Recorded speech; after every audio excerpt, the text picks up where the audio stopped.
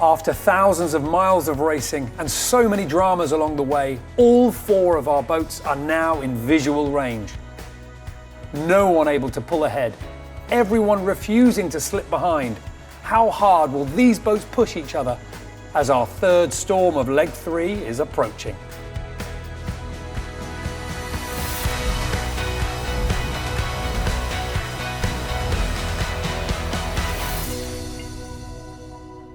So this morning we marked quite an important moment for us in the Pacific in this race, and that's because we passed Point Nemo.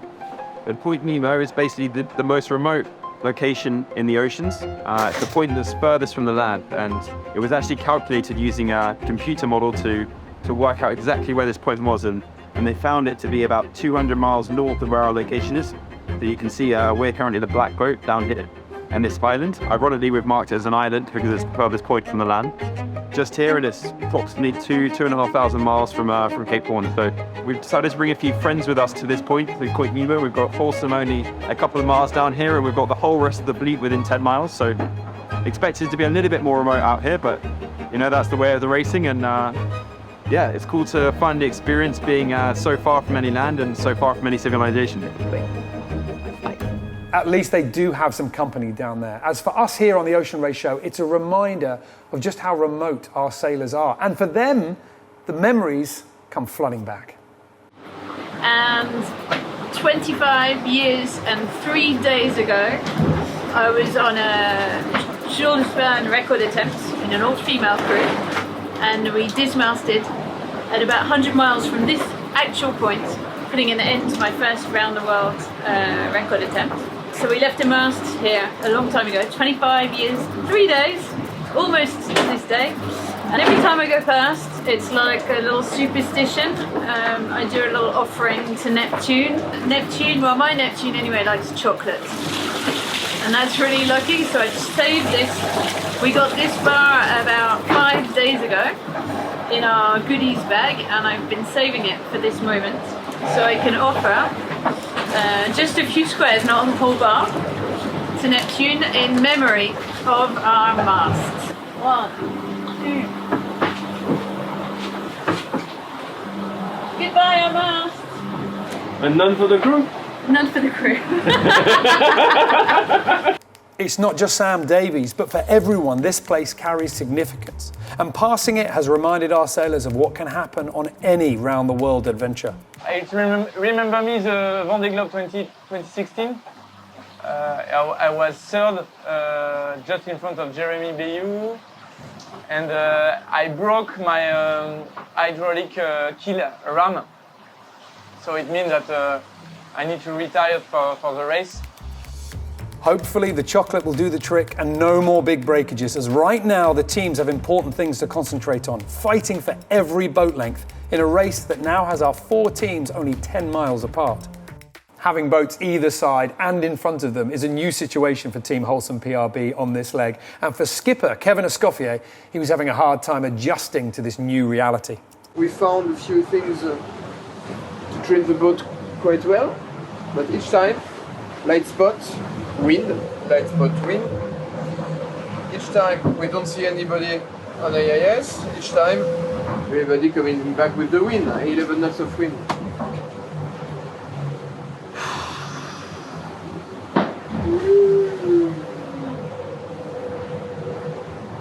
We were at 25 knots.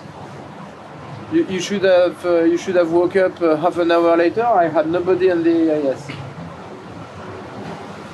Well, everybody's back early.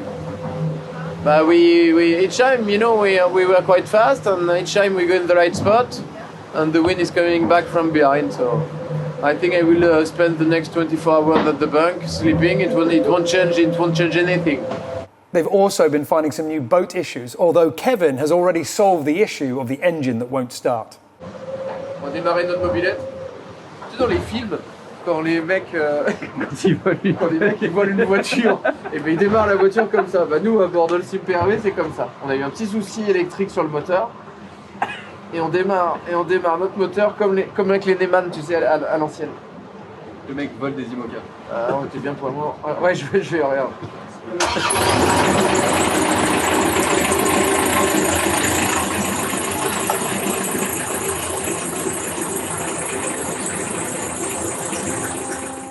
When it's all getting a bit too stressful, it's a good time to stretch out and at least make your body feel less tense. Of course, someone walking through with the toilet bucket might spoil the Zen feel.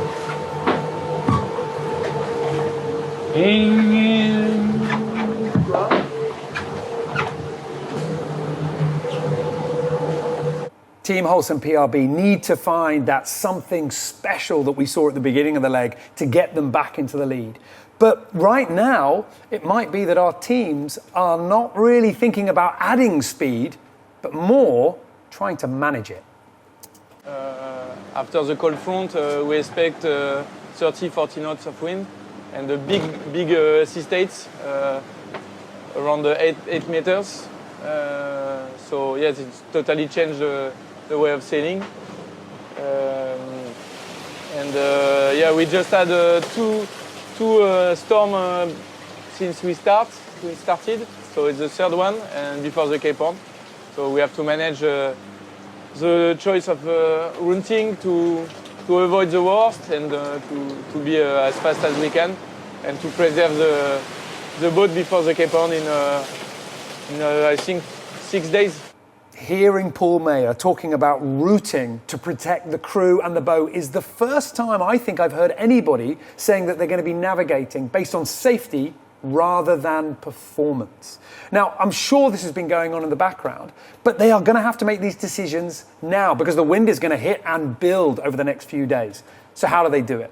Well, we thought this would be a good time to take a look at the tools that the navigator use to make this decision. The first thing you've got to do is get the weather forecast. But which model do you choose?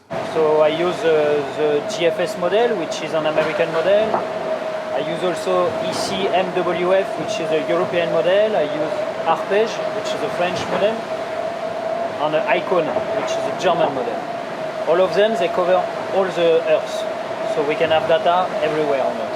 Each of these models has their own accuracies and rumored oversimplifications, and the navigator can look at one or more of them and read between the lines to understand what's really coming. And this forecast will tell them about wind speed, wind direction, the pressure systems, the temperature, even the sea state as well. And once you've got all of that and you've made your decisions about what in the forecast is the most accurate things to follow, then it's back to the computer. And then I run, we call that a routing, from a start point, which is obviously our current position of the current time, to the finish or next waypoint, like the Cape Horn for us now. So this is where the software is then asked to route the boat. But how does it do that? How does it know where to send the boat? What is the best route? How fast are the boats going to be going at different angles in different conditions? Well, what it uses is it's using the boat's best known performance targets, or what we would call the polars. And to give you an idea as to how the sailors and the computer would use that to help with things like VMG and VMC, the easiest way is to show you. Let's imagine that we've got a boat in the middle of our table here, and we've got the wind coming from the top of the table, blowing down to the bottom. First of all, VMG, velocity made good. Let's imagine that our boat in the middle wants to get to a mark at the bottom. Now it could point straight at that mark and the wind would be right behind it, but would that be the best use of speed? It would certainly be the most direct course, but perhaps if we sailed a slightly angled up direction, we'd have the wind blowing across our sails and we might get enough performance to compensate that extra distance. So what we do, we'll get some friends who've got an identical boat and we will start in precisely the same spot. One of us will point directly to the mark. The other will sail a more angled route. And after an hour, we'll see where they both are and we'll stop and we'll compare which one of those two boats has got closest to that mark at the bottom. Whichever one that has got the best VMG, the best velocity made good, the best use of our speed towards that mark. And we can go further than that. We can get our boats to sail all the various angles compared to the breeze, upwind, downwind, reaching as well. And we can work out where our boats perform their best at whatever angles. So now if, as we do in offshore, the marks might not just be upwind or downwind, but they could be anywhere we like. We could have one on a reach. We can work out what angle we want to be on to get furthest this way. It might not be pointing straight at the mark. It could, but if it's not, we'll spot it on this diagram. Which one takes me further this way? If the mark was here, which angle brings me closest this way? And for different wind speeds, we will get different rings showing where those bumps and dips are so we can see where the boat really comes alive. Now, our navigators on the boats will be using this plugged into their ship's computer to be making all sorts of complicated decisions about where they're going to sail at that moment for the breeze to get to the next point they want to get to. Maybe the next gust, maybe the next weather system, maybe the finish line. Using it correctly takes years of experience because it is a balancing act. How good is the forecast? How good are you going to be able to sail in those conditions? But this is one way for our sailors to try and understand that going directly to the finish line is not always the best way to win. Sometimes the best route is almost impossible to achieve because there is so many maneuvers, so many sail change, bad sea state, things like that. Then you can almost say, okay, it's not possible to happen. That's too complicated. Sometimes it's important to understand that it's not a good idea to go in 45 knots of wind on 6 meters of swell, for example. So you have to update a bit your course to avoid this area and to make your life a bit more easy. And this brings us back to where we started, the navigator making the decision. The computer will take the forecast that you feed it, and based on what you've told it that you can do, it will produce a route. Then it's up to you to decide whether actually you can follow that route. It's sensible to follow that route.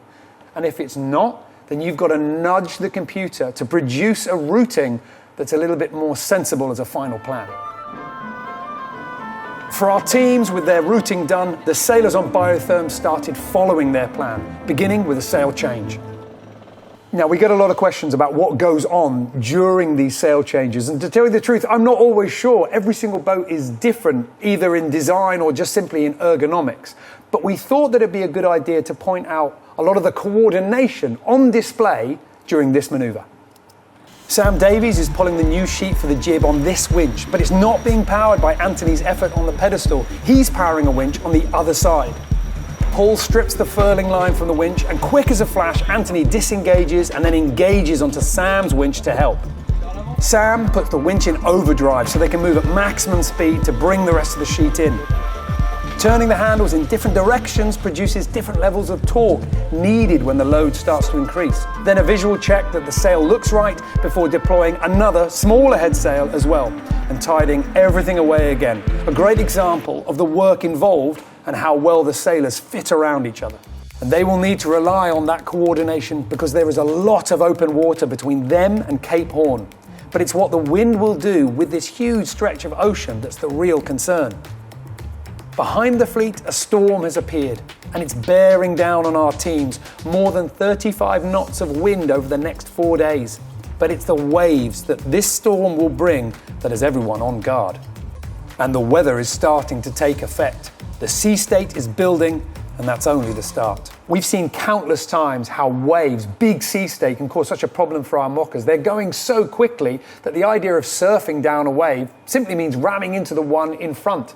Our boats would prefer the water to be completely flat. There is one boat in flat water and enjoying relatively light conditions.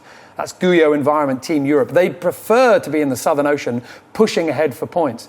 But they have a different objective at the moment, getting to Itajaí to rejoin the race. And, well, do you remember this from leg 2?